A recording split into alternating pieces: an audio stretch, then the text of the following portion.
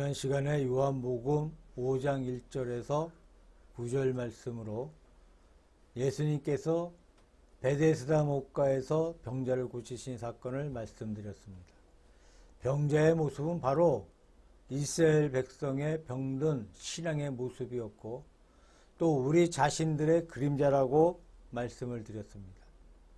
거기에 있던 숱한 환자들 중에서 가장 가능성이 없는 38년 된 환자 곁에 우리 주님께서 다가가셔서 그를 고치신 사실을 말씀드리면서 우리 자신이 절망을 느낄 때, 우리가 가능성이 없다고 느낄 때 예수님께서 우리에게 보다 더 가까이 오신다는 것을 말씀드렸습니다. 자, 병자를 그냥 고치신 것이 아니고 병자에게 내 자리를 들고 가라 하신 말씀을 통해서 지금까지 숱한 사람들의 도움을 받고 사는 적자 인생이었지만 병이 나았을 때 자리를 들고 가는 흑자 인생이 되었다는 것을 말씀드렸어요. 하나님 앞에 거듭나기 전에는 자기가 아는 가운데 또는 알지 못하는 가운데 적자 인생의 생활을 보내었으나 예수님 앞에 은혜를 받고 구원받은 그때부터 진정한 의미에서 흑자 인생이 된다는 말씀을 드렸어요. 요한복음 5장에는 병자를 고치신 사건 이후에 벌어졌던 논쟁이 있습니다. 요한복음은 변론의 책으로 숱한 많은 변론가들이 있고 대화가 있고 설교들이 많다는 것을 말씀드렸어요. 어떤 사건보다 그 사건에 뒤따르는 변론이 크고 길게 다루어지고 있습니다. 5장에도 보면 이 38년 된 병자를 고치신 사건을 간단하게 나와 있습니다만 그 후에 벌어진 변론의 말씀은 아주 길게 5장 끝까지 나오고 있어요. 자, 변론의 말씀 중간중간에 참으로 훌륭한 영원히 기억해야 할 말씀들이 많이 나와 있습니다.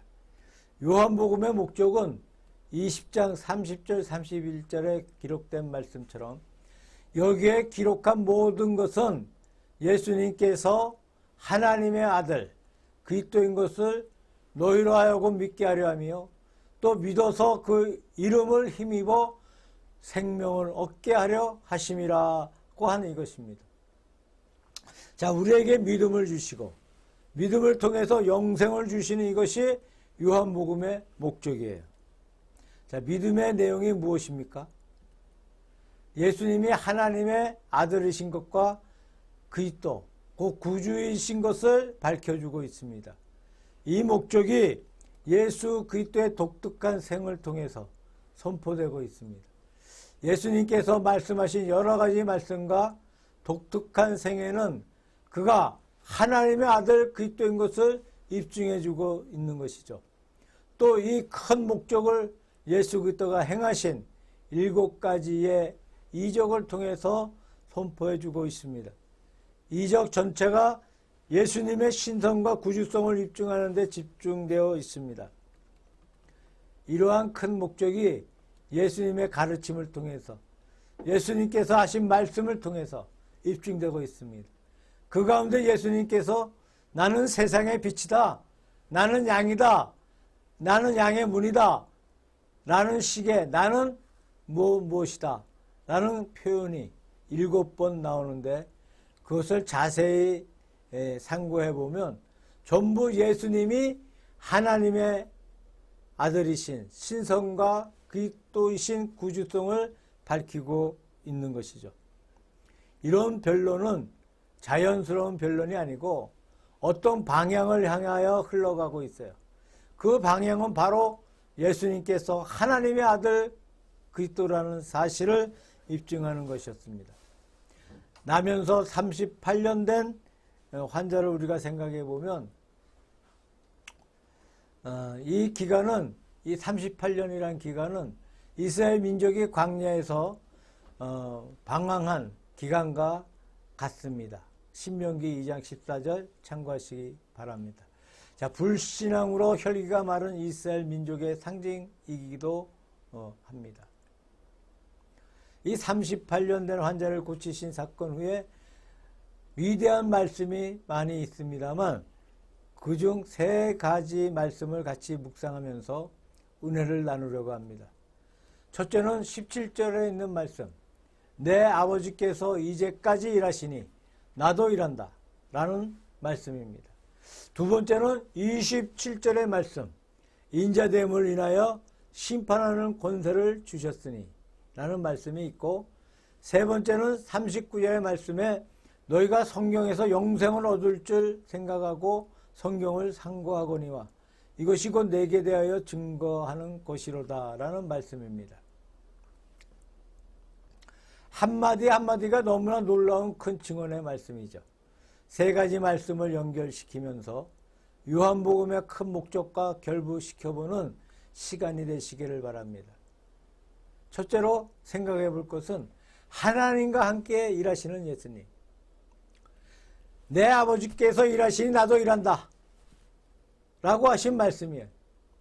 이것은 우리나라의 산업선교회뿐만 아니라 전 세계에 있는 산업선교회가 표로 삼고 있는 말씀입니다. 여기 있는 말씀을 보면 예수님께서 하나님을 가리켜서 우리 아버지라 하지 아니하시고 뭐라 그래요? 내 아버지라고 말씀하고 있어요. 주기도문에 보면 하늘에 계신 우리 아버지라 하여 복수로 우리 공통의 아버지로 부르고 있는데 여기에서는 내 아버지라고 단수를 쓰고 있어요. 예수님과 하나님 성부와 성자 간의 밀접한 관계를 가리키고 있는 것으로 생각합니다. 하나님께서 하시는 일을 크게 나누어 볼 때 창조의 일, 섭리의 일, 심판의 일로 나누어 볼 수가 있죠. 자, 창조의 일은 천지창조 시에 엿새 동안 이미 완성한 과거의 일입니다. 그리고 창조하신 천지 만물과 인간 세계를 하나님께서 계속해서 다스리시고 섭리하시고 지켜주시고 보호해 주십니다. 이것을 가리켜서 하나님의 섭리. 자, 섭리가 뭐예요? 헬라어로 말하면 프로노이아, 돌봄, 배려의 뜻이. 이 말은 인간을 포함한 전 우주의 통치인 일반 섭리와 믿는 자들의 삶과 활동에 대해 하나님의 특별하신 돌보심에 특별 섭리가 있다는 거예요. 자, 하나님의 섭리 중에 으뜸되는 큰 사건은 십자가의 대속이죠. 자, 십자가의 대속을 통해서 범죄 가운데 빠져 있는 사람들을 구속하신 것입니다. 우리가 아침에 일어나 밥을 먹고 일을 하고 운동하고 또 밤이 되면은 뭐예요? 잠을 자. 이것이 일상적인 우리의 생명을 유지해가는 방법입니다. 그런데 병이 들 때는 약을 먹거나 병원에 입원하고 수술을 받거나 특수한 방법을 통해서 우리 생명을 유지합니다. 이와 같이 하나님께서 지으신 만물에 대해서도 자연 섭리가 있고 특별 섭리가 있습니다. 우주 만물이 자연스럽게 운행해 가는 것이나 모든 동물과 식물이 살아가는 것들은 자연 섭리에 속합니다. 그러나 예수님께서 십자가에 달려서 만민을 구속하신 사건은 특별 섭리에 속하죠. 자, 인간이 큰 죄에 빠져 있는데 대수술을 해서 병든 사람을 구원시키는 것처럼 십자가의 특별한 섭리를 통해서 만민을 구속해 주셨습니다. 그 다음에 세상의 끝에 가면 하나님의 심판하시는 역사가 있어요. 심판은 진행 중에 있는 현세적인 심판이 있고 최후의 도련적인 종말의 심판이 있습니다. 이렇게 크게 나누어 볼 때에 하나님은 창조와 섭리와 심판의 일을 하십니다.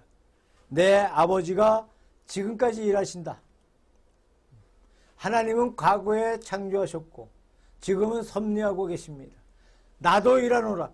예수님께서 하나님의 창조의 손이 되셔서 천지 만물을 창조하셨어요. 이것은 요한복음 1장 처음에 나와 있습니다.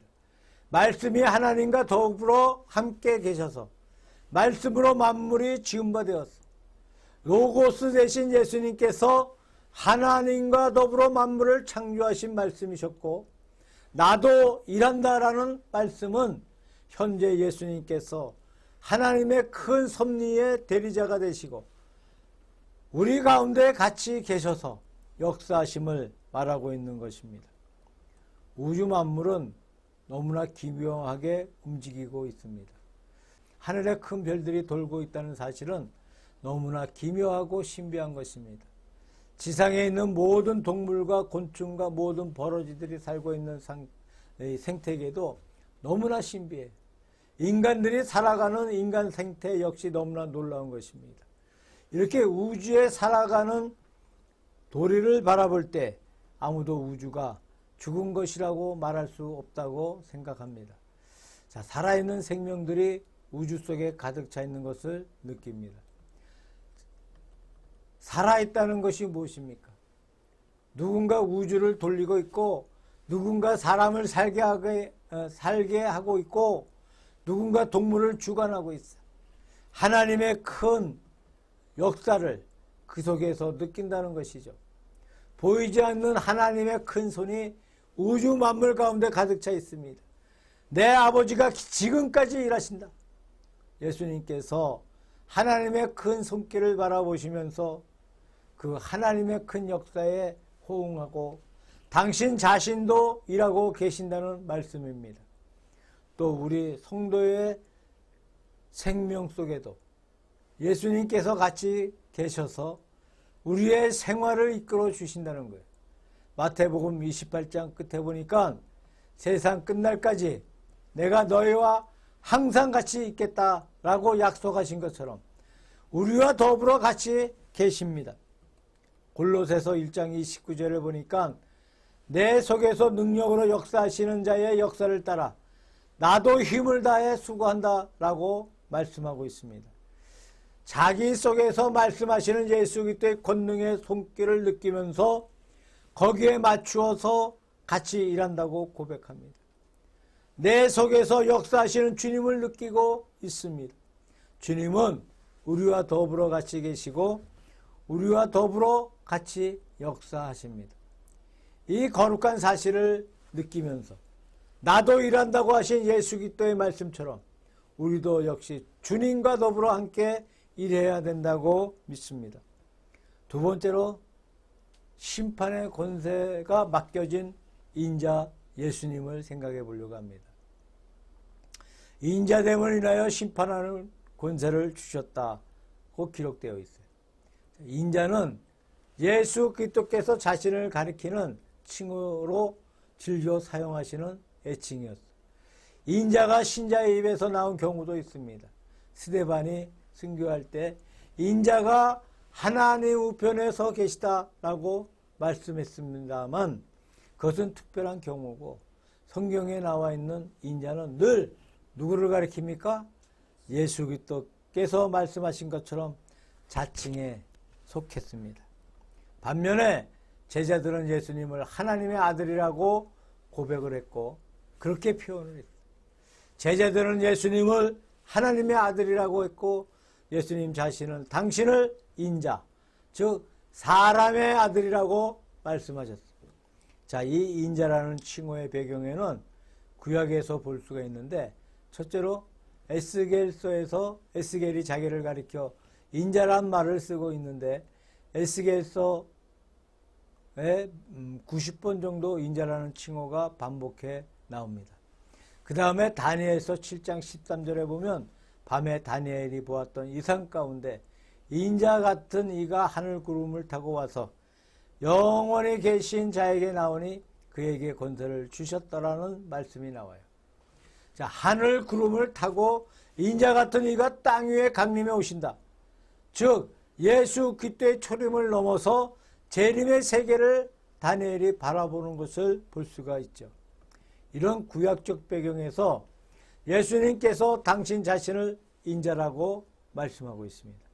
예수님께서 나는 메시아다 라고 하지 아니하시고 나는 인자다 하셨는데 인자 속에 바로 메시아의 별명이 나와 있다고 생각되어집니다. 인자는 그리스도의 양성인 신성과 인성 중에 예수 그리스도께서 이 땅에 사람이 되신 인성을 특히 강조하는 말로 보고 있습니다. 그러면 왜 사람이 되신 것입니까? 십자가에 달려 만민을 대속하기 위해 사람이 되셨어요. 사람이 병이 나서 죽게 되었으므로 죽게 된 사람을 구원하기 위해서 하나님이 사람이 되셔서 사람이 죽어야 할 그 자리를 대신해서 돌아가신 것입니다. 그러므로 인자라는 말 속에 고난이라는 말이 어떻게 돼요? 반영되고 있어요. 그리고 인자됨을 인해서 심판하는 권세를 주셨으니 라는 말씀에서 예수 그리스도가 십자가에 돌아가신 것과 예수 그리스도가 심판자가 되시는 것, 이 두 가지가 밀접하게 관련되어 있죠. 예수님께서 사람이 되셨기 때문에 고난을 받으셨기 때문에 그 다음에 심판자가 되셨다는 말씀이에요. 물론 하나님은 큰 권세를 가지고 계시므로 반드시 그런 인과관계나 공로가 필요한 것은 아닐 것입니다.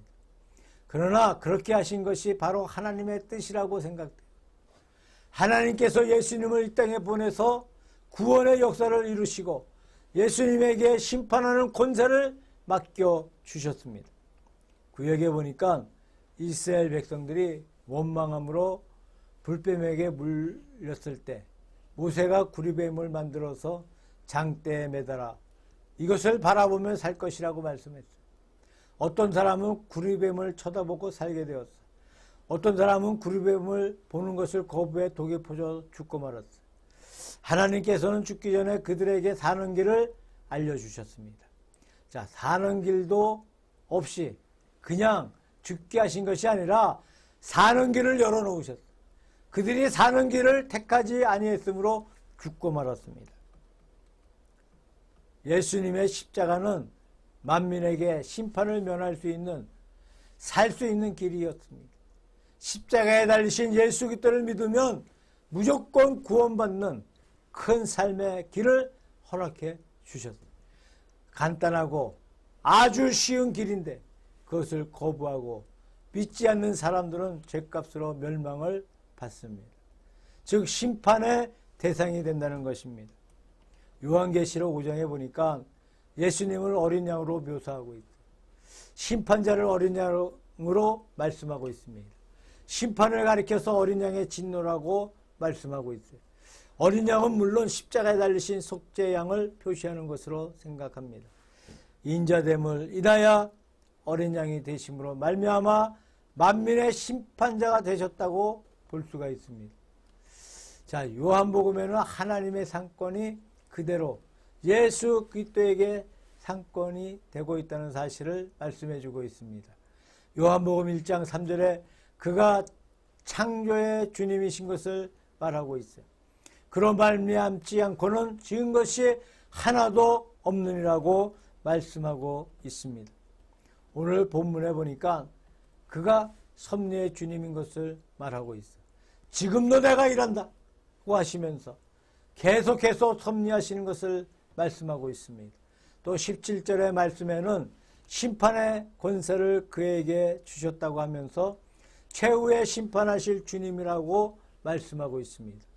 이렇게 예수님은 하나님의 아들로서 창조하셨고 섭리하시고 장차 심판하실 것입니다. 이 상권이 완전히 예수 그리스도에게 조화되고 있는 것을 볼 수가 있죠. 그래서 여기에 성삼위일체의 교리가 나와 있는 동시에 예수 그리스도의 완전한 구주성을 말씀하고 있습니다. 예수가 하나님의 아들 그리스도인 것을 너희로 하여금 믿게 하려 하며 라는 이 사실을 우리 앞에 말씀하고 있습니다. 가정에서 부모는 자녀를 낳습니다. 자녀에게 자기의 피를 주었습니다. 그리고 그 자녀를 자기의 생명을 다해 사랑합니다. 양육하고 책임지고 보호하려고 합니다. 자녀가 병들면 어떻게 하든지 고치려고 온갖 노력을 다 기울입니다. 자녀가 어려우면 부모가 대신해서 온갖 고생을 감수합니다. 또한 부모는 자녀를 징계하고 교육할 권리가 있습니다. 자녀가 잘못되면 야단을 치고 징계를 하고 바로 인도할 권리가 있습니다. 여기에 부모의 상권을 볼 수가 있죠. 자녀를 낳은 것은 창조의 권리고 자녀를 책임지고 기르는 것은 섭리의 권리고, 자녀가 잘못할 때 징계하고 매질하는 것은 뭐예요? 심판의 권리로 볼 수가 있습니다. 저는 종종 부모님을 하나님의 대리자라고 생각하고 있어요. 그런 의미에서 하나님의 상권을 작은 범위에서 부모가 행사하고 있다고 볼 수 있습니다. 이처럼 하나님께서는 천지 만물을 창조하신 창조자, 책임지고 사랑하면서 길러주시는 섭리자, 그리고 우리 인간이 잘못하면 심판하시는 심판의 주가 되시는 것이죠.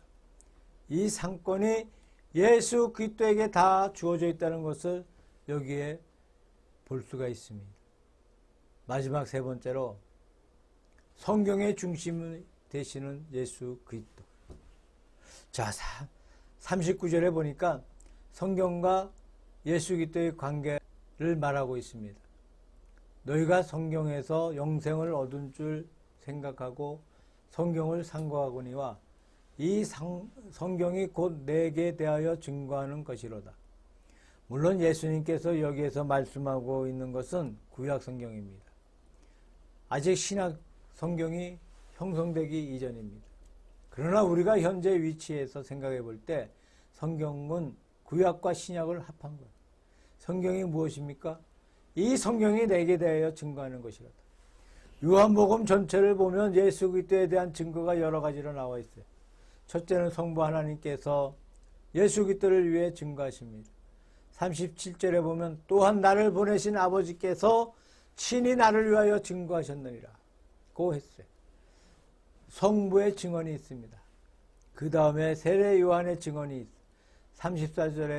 33절에 보면 너희가 요한에게 사람을 보내어 요한이 진리에 대하여 증거하였느니라고 하셨습니다. 요한이 증거한 진리는 예수 그리스도에 대한 증거. 보라, 세상 죄를 지고 가는 하나님의 어린 양이로다. 세례 요한이 그리스도에 대해서 증언하고 있습니다. 36절에 보니까 예수 그리스도의 행하신 일 그 자체가 예수 그리스도에 대해서 자신에 대해서 증언하고 있다는 거예요. 아버지께서 내게 주사 이루게 하신 역사, 곧 나의 하는 그 역사가 아버지께서 나를 보내신 것을 나를 위하여 증거하신 것이요, 예수님께서 하신 숱한 일들이 예수님이 누구신가를 증거하고 있다는 거예요. 그리고 마지막으로 본문에 보니까 성경이 예수 그리스도에 대해 증언하고 있다는 거예요. 그가 하나님의 아들이시요 예수 그리스도이신 것을 성부도 증언하고 선지자 요한도 증언하고 예수 그리스도 자신의 하신 일도 증언하고 성경이 증언하고 있다는 것입니다.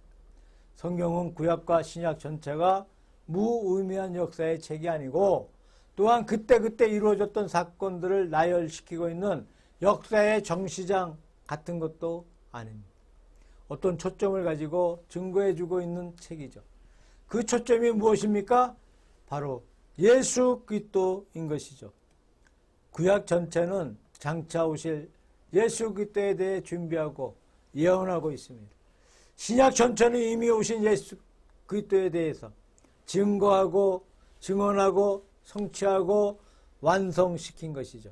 그래서 구약과 신약이 잘 연관이 됩니다. 구약은 준비했고 신약은 완성했어요.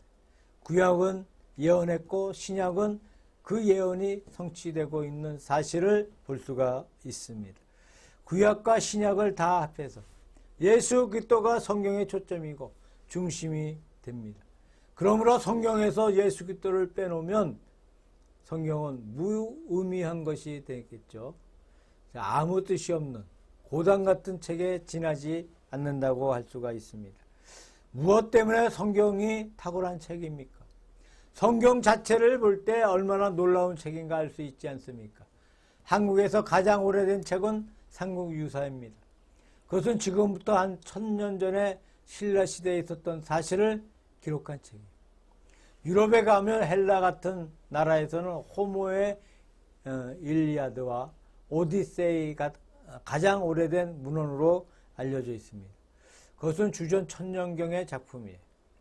그러니 지금으로부터 한 3000년 전의 작품이라고 볼 수가 있습니다. 삼국유사는 그저 옛날 이야기이니까 그런가 보다 하고 읽는 것입니다. 온갖 신화적인 우리가 도저히 믿을 수 없는 말들이 얼마나 많은지 몰라요. 또 일리아드와 오디세이 같은 신화를 보면 기묘한 말이 너무나 많습니다. 사람이 산을 미니 산이 바다로 들어갔다거나 별의별 이야기가 많지만 아득한 옛날 사람이 쓴 것이므로 그냥 읽는 것이지 현재 따져 들어가면 도저히 믿을 수가 없는 책이에요.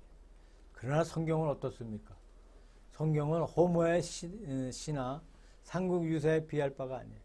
신약만 하더라도 벌써 지금부터 2000년 전에 기록한 책. 구약의 모세오경을 두고 말한다면 주전 1500년경에 기록된 책이에요. 시편이나 선지서는 주전 1000에서 700년경에 기록된 책입니다. 아득한 옛날에 기록된 책들임에도 불구하고 현재 지금 읽어도 얼마나 질서정연한 책인지 몰라요. 한마디 한마디에 얼마나 권위가 있는 책인지 모릅니다. 지금도 우리의 가슴 속에 놀라운 경의를 주는, 감동을 주는 말로 엮여져 있습니다. 특이한 책이라고 말하지 아니할 수가 없어요. 왜 성경이 특이한 책이 되고 있습니까?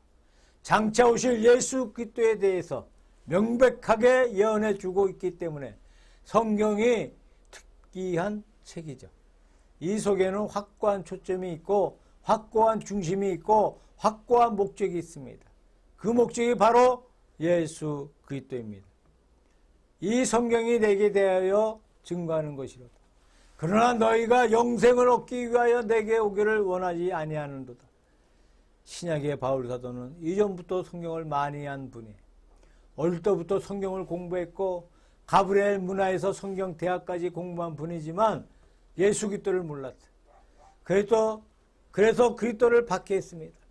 그러나 다메섹 도상에서 예수 그리스도를 만나게 되고 성령의 은총을 받게 되었을 때 참으로 성경을 잘 알게 되었어요. 진실한 성경의 뜻을 알게 되었어요. 성경 속에서 예수 그리스도의 참 진리를 알게 되고 성경을 재발견하였습니다. 그 속에서 하나님을 알게 되고 교회를 알게 되고 구원을 알게 되고 내세를 알게 되어 신학이 바울을 통해 이루어졌던 것을 알 수가 있습니다. 성령의 거룩한 역사를 통해서 성경 전체가 예수 그리스도에게 통일된 사실을 알고 그 빛 아래서 성경을 바라볼 때에 비로소 성경을 올바르게 알았습니다. 예수 그리스도를 떠나서 성경이 무엇인지 잘 몰랐다고 할 수밖에 없죠. 매년 연초가 되면 일본 불신 사회에 가면 점을 치거나 사주팔자를 보거나 하면서 1년 동안의 운세를 보는 사람들이 많이 있어요. 어떤 사람이 행운을 찾기 위해서 어떤 유명한 선생에게 갑니다. 선생님, 제가 어떻게 하면 행운을 얻을 수 있고 복을 받겠습니까? 라고 물었어요. 그 선생이 하는 말이 뭐냐면 나는 행복한 길이 무엇인지 잘 모릅니다. 그러나 확실하게 불행하게 되는 길은 알고 있어요. 적어도 불행한 길은 두 가지가 확실합니다. 사람이 자기보다 더 잘 살거나 더 잘났다거나 더 건강하거나 더 높은 사람을 바라볼 때 저 사람은 나보다 더 건강하다, 더 잘났다, 더 돈이 많고 더 행복하게 살고 있다고 생각하고 부러워하는 그 순간 그는 분명 불행한 사람이 됩니다.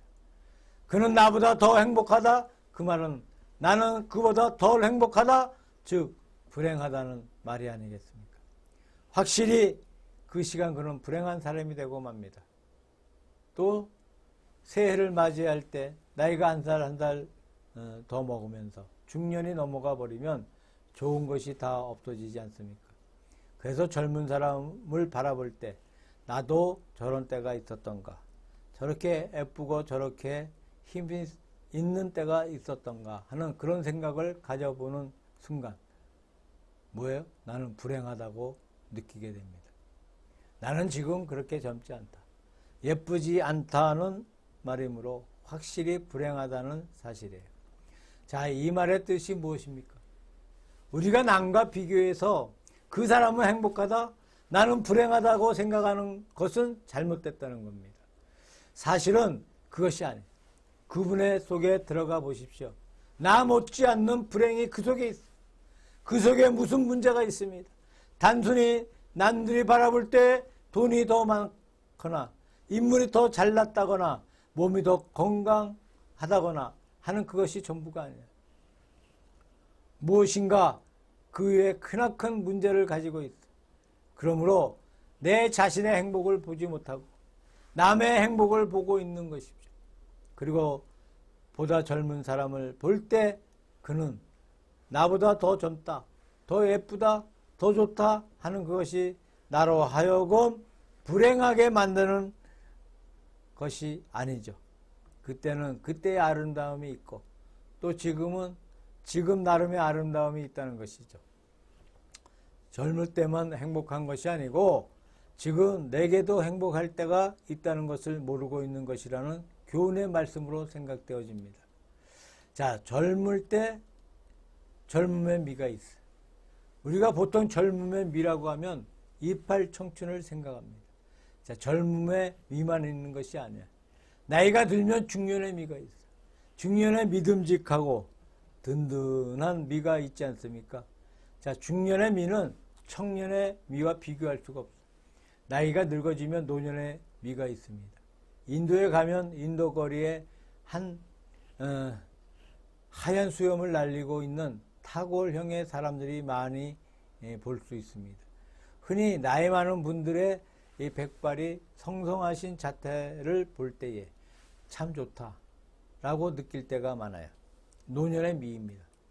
봄철에 꽃이 필 때만 아름다운 것이 아니에요.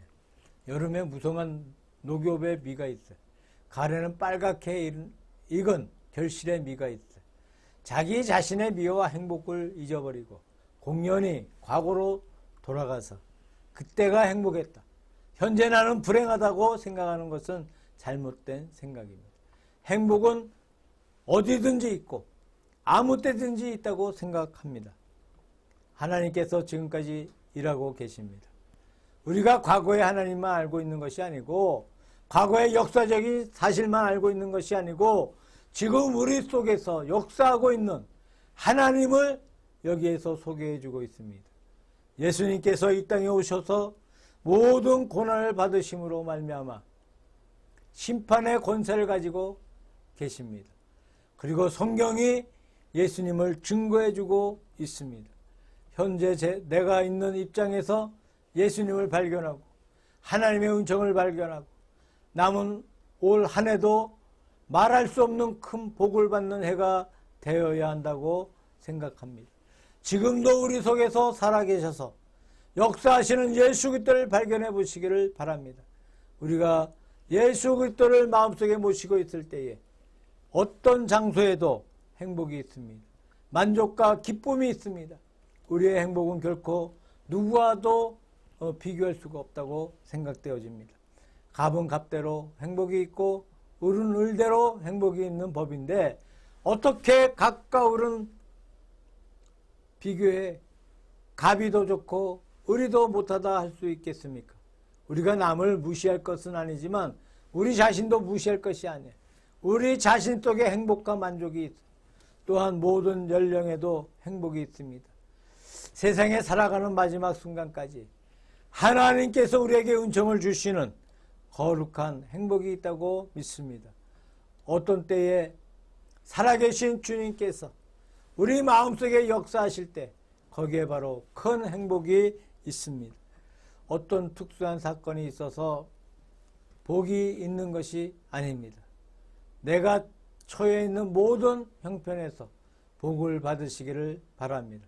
그런 의미에서 예수 그리스도의 말씀을 우리 마음속에 받아들이면서 예수님의 말씀이 우리 마음속에 살아있는 약동하는 힘이 되시기를 바랍니다. 그때 우리에게 늘 은혜와 진리가 충만하고 감사와 기쁨이 충만하고 은혜와 축복과 은혜가 넘칠 줄로 믿습니다.